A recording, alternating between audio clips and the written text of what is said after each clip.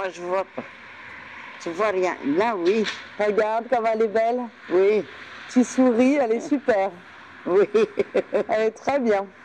Ta grand-mère. Mémé. Mémé Julienne. C'est comme ça que je t'appelle et que tous tes petits-enfants t'appellent. Chez nous, ce n'est pas chic. On ne s'appelle pas par nos prénoms. On ne dit pas ma grand-mère ni ma mamie, mais ma mémé. Autoportrait à ma grand-mère, c'est une performance que j'ai créée à partir d'un texte que j'ai écrit.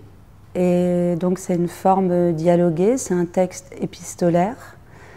Et a priori, quand j'ai commencé, je pensais que j'allais en faire une simple lecture. Et puis cette simple lecture m'a entraînée au passage à la scène. T'as vu, on a été que 2 ans à l'école, moi. Bah, n'empêche que tu parles 2 langues. Oui. Tu parles français et breton. Oui. Tu étais pauvre, aliénée, dominée, fière mais aussi honteuse. Moi, je serais une affranchie, fière de mes origines, une dominante. Tu étais pauvre, aliénée, dominée et apolitique. Est-ce que je ne suis pas devenue une prolétaire à ta place ?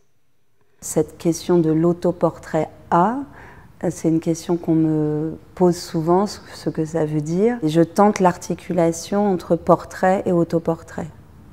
Donc petit à petit, au fur et à mesure que j'avance dans cette conversation avec ma grand-mère, c'est aussi une réflexion sur des dimensions sociopolitiques de la Bretagne.